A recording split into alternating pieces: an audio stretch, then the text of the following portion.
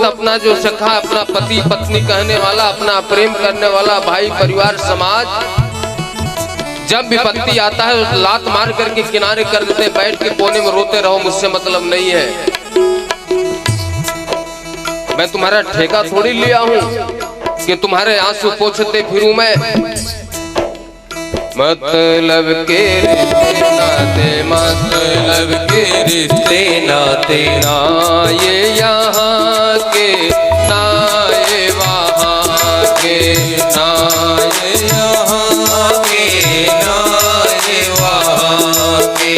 ढूंढ लिया मैंने, ढूंढ लिया मैंने तेरा ही सारा, हम किसी के ना कोई हमारा, ना हम किसी के ना कोई हमारा, ना हम किसी के ना कोई हमारा।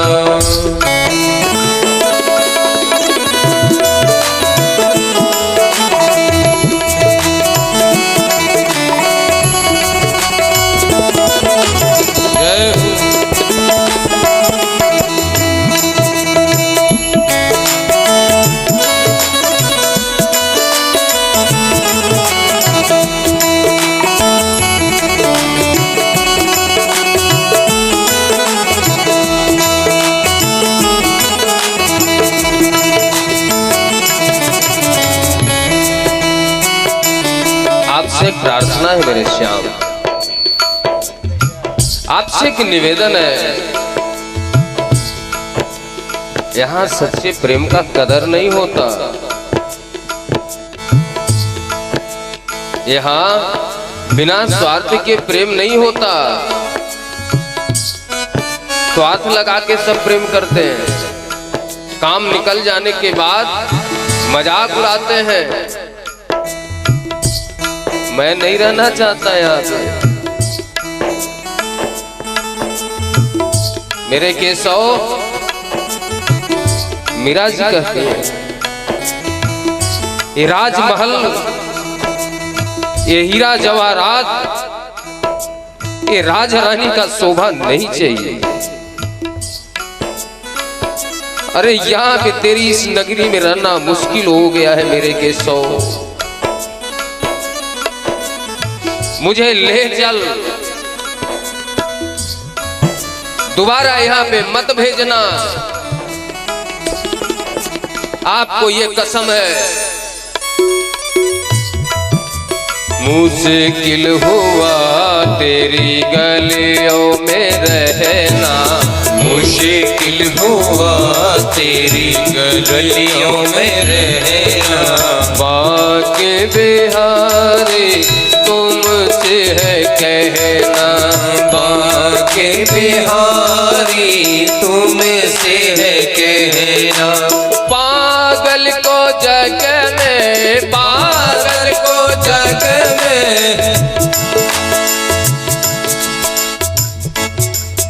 लोग क्या कहते हैं, पागल है।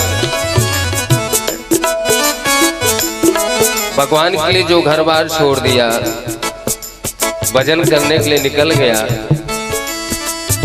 उसको दुनिया वाले कहते मूर्ख है, पागल है। अरे घर में रहता, शादी ब्याह करता, शौक शान से रहता। ये मूर्खता, बस घर छोड़ दिया, बेवकूफ है, पागल। गोपियां कहती है तेरे प्यार में आधा पागल हूँ, पूरा पागल बनाए रखना।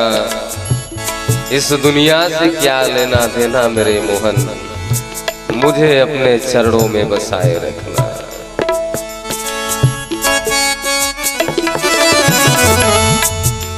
पागल को जग में, पागल को जग में भेजो ना दोबारा। हम किसी के न कोई हमारा, ना हम किसी के न कोई हमारा। मेरे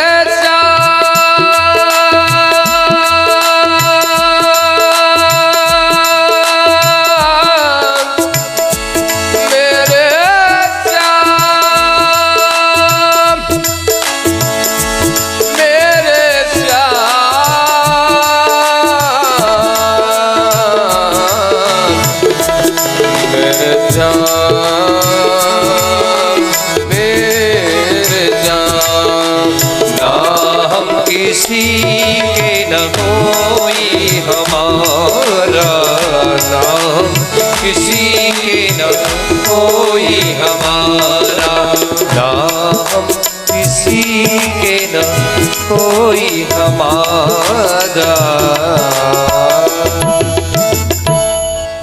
बोल सुदामा जी महाराज की। आप लोगों से एक निवेदन है, अभी सभी लोग आ गए हैं प्रसाद के समय कुछ लोग और आ जाएंगे जो इंतजार करते हैं कि प्रसाद बटेगा तब चलेंगे। होते हैं ऐसे लोग, मुझे पता है। उनके तक भी आवाज जाती होगी तो ध्यान से इस बात को सुनना।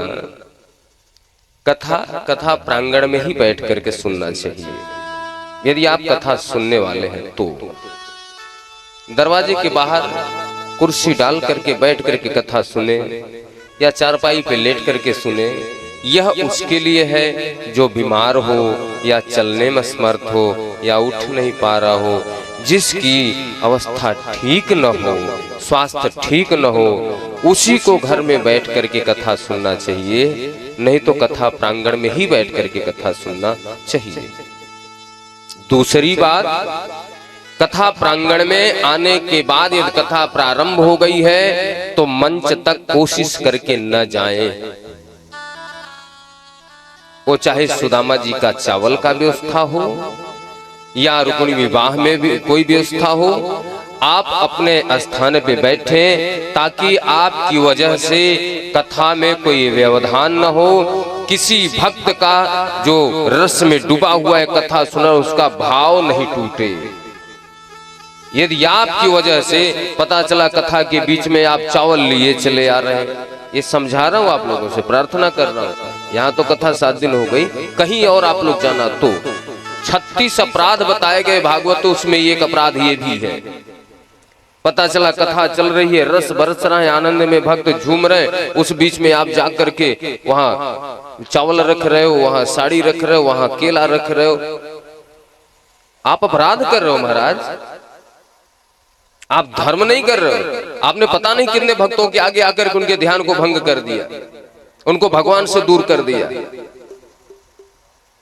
इसलिए मैं निवेदन करता हूं कि अपराध न करें कथा प्रांगण में।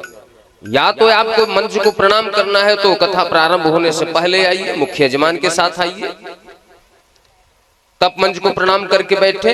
और यदि आप बाद में आते हैं तो जहां जगह मिले पीछे वहां पे बैठ जाएं। कथा समाप्त होने के बाद, विश्राम होने के बाद आकर के मंच पे श्रद्धा सुमन अर्पित करें और प्रणाम करें। बीच में किसी कथा में, चाहे राम की कथा हो, चाहे कृष्ण की कथा हो, चाहे शंकर की कथा हो, बीच कथा में नहीं जाना चाहिए। यह दोष है, आप लोग इस बात का ध्यान रखें। जाको प्रभु दारुण दुख देहि, ताको मति आगे हरि लेहि।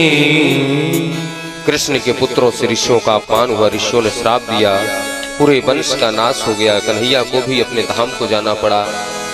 ध्यान देना, भगवान कभी मरते नहीं, भगवान कभी जन्म नहीं लेते। भगवान अंतर ध्यान होते हैं और प्रकट होते हैं।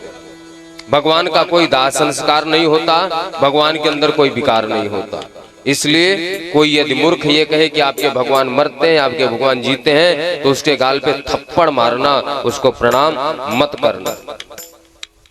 उसको बोलना कि तुम्हें हमारे भगवान के विषय में कुछ पता ही नहीं है। भगवान प्रकट होते हैं, अंतर ध्यान होते हैं। भगवान जिसको दुख देते हैं, सबसे ज्यादा दुख भक्तों को होता है, लेकिन भक्त कहां जाते हैं? गोविंद के पास। ये जीवन में अपार दुख मिल रहा है तो आप किसी बाबा बीबी के पास मत जाओ। आप ये समझो प्रभु की कृपा हो रही है, भगवान की कृपा हो रही है, आप भगवान के और नजदीक जा रहे हो और पास जा रहे हो। भाई यदि भगवान को प्राप्त करना है तो आप नहीं जाओगे, भगवान को प्राप्त नहीं करना तो पता